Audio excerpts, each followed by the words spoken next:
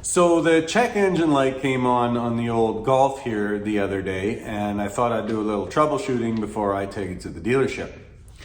So I plugged in a code reader and I actually got two errors.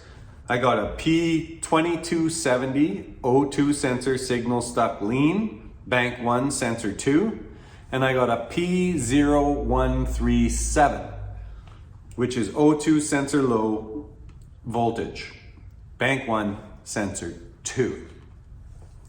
My immediate thought was, well, it's got to be a faulty sensor, so I'll just change the sensor. My second thought was, how hard can it be? I'll just go onto YouTube and there'll be 150,000 car guys giving you tutorials. So imagine my surprise when I went onto YouTube and I couldn't find anything about how to change the sensor on this. So I feel like it's my civic duty to tell you exactly what I did to change the sensor on my car. I cleared the codes, everything is fine. So here is the part that I bought from Volkswagen. And prepare to shit your pants when you find out how much it costs. I think mine was 300 Canadian. The second thing that I needed was this O2 sensor socket. It's 22 mil. I think it's probably possible to do it without this, but it's definitely a disadvantage. But you probably could get a 22 mil wrench on there. I'm not sure. I don't even have a 22 mil wrench.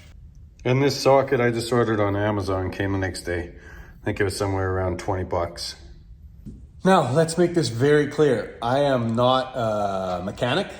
I'm not a car guy. I'm not a wrench head when it comes to automotive stuff. I like no shit from dirty pudding. So I'm not telling you what to do. I'm just showing you exactly what I did and it worked. So I'm not recommending to do any of this. I just want to show you where it is and what I did. Okay, this is a 2017 Golf Sport Wagon, a real sex machine.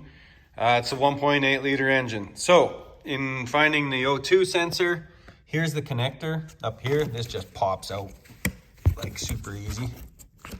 It just clips out of there and clips back and then slides back in.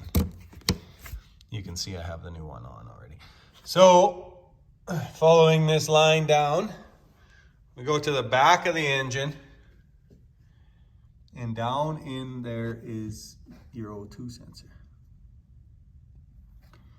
Pull out slowly again. I'm sure you can take some of this apart to make it easier to get to, but there was no chance that I was going to try and do that. So I just kind of reached back there and did it by feel. So you can see there how I have that O2 socket on there. And then I just have about a foot long extension on this socket. And then I literally had the socket right there, got two hands on this, and I was able to get enough torque to bust it loose. Once you bust it loose, the rest is straightforward. So there you go. That's what I was using for toolage to get that out. Once it broke loose, it came out so easy. And in 30 seconds, the other one was in there, and obviously super easy to hook up. Like I say, I'm sure there's way more scientific and professional ways to do that. I'm just showing you how I did it. I plugged the code reader in, cleared the codes, everything is fine.